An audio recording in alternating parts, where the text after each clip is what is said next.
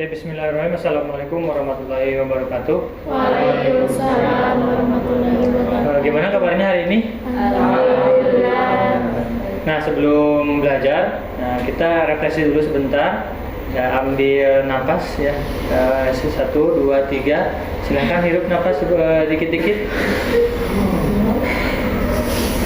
Ya, satu kali lagi. Oke, nah untuk hari ini kita akan belajar menggunakan rumus operasi matematika dasar. Ya, perlu diketahui oleh teman-teman semua, Microsoft Excel merupakan salah satu aplikasi pengolahan angka, termasuk ya penggunaan rumus-rumus di dalamnya untuk menunjang pekerjaan kita.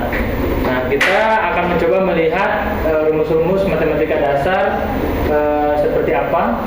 Nah, di sini rumus matematika dasar untuk sederhananya terdiri dari simbol pangkat, simbol perkalian, simbol tambah, bagi dan kurang. Tentunya fungsinya adalah pangkat itu untuk memangkatkan satu sel dengan sel yang lain. Yang kedua, perkalian itu mengkalikan sel satu dengan sel yang kedua. Pertambahan menambahkan sel satu dengan sel yang kedua. Bagi, sel satu dibagi dengan sel 2. Sel 1 dibagi sel yang kedua.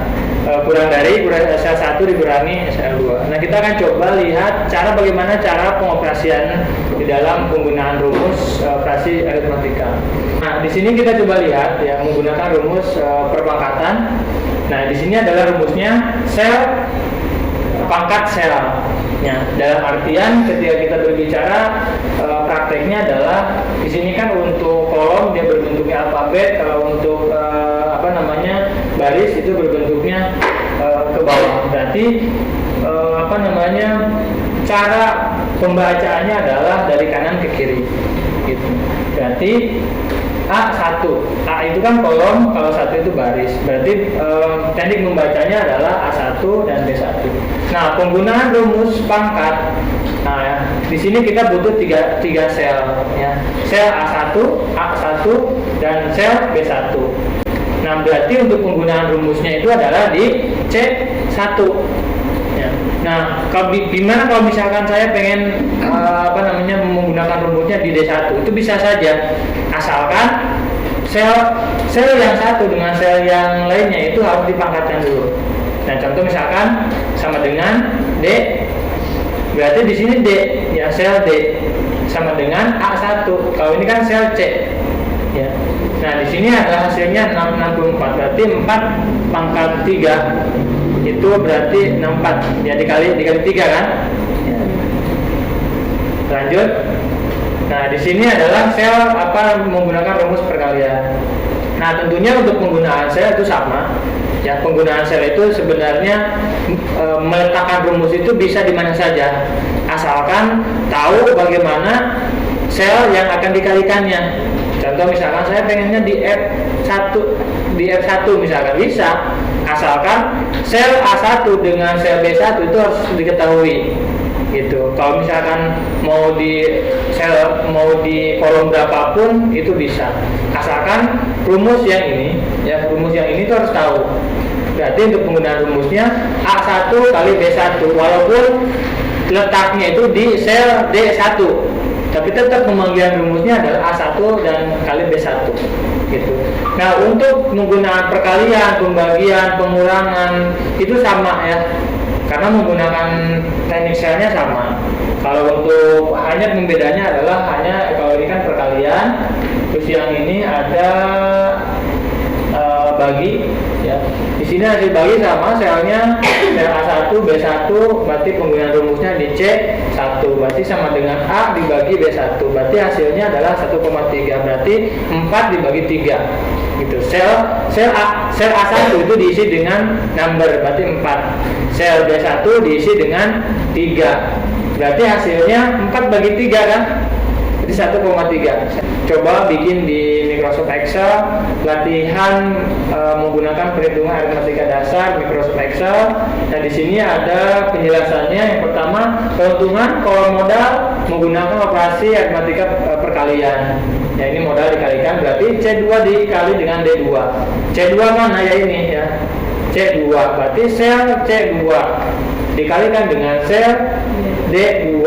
Hasilnya di sini. Berarti ini kan di sel F2. Ya, berarti sel F2 diisi dengan C2 dan D2. Nah, ini untuk kolom keterangan untuk keuntungan menggunakan rumus pengurangan dari E2 dikurangi D2. Berarti yang ini E2 dikurangi F atau D? D2 yang ini kan E2 ini dikurangi dengan D2. Berarti untuk pembacaan rumus sel itu menggunakan dari kanan ke kiri ya.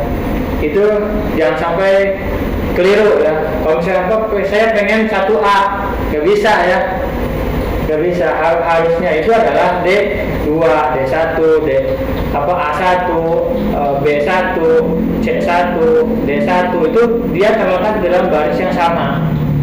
Kalau misalkan C, di mana sel C6 ini kan? Sel C6 ini. Sel C3 ini sel C3. Nah, silakan kalian kerjakan di Microsoft Excel. Silakan buka Microsoft Excel-nya, lalu kerjakan untuk latihan ini. Ya. Nah, untuk penggunaan rumus aritmatika yang tadi, saya akan coba praktekkan di Microsoft Excel hanya satu saja ya. Nanti untuk pengurangan pembagian dan perkaliannya, silakan kalian nanti praktekkan di Microsoft Excel berikut latihannya. Ya. Nah, ini saya hanya coba menjelaskan hanya pangkat saja ya.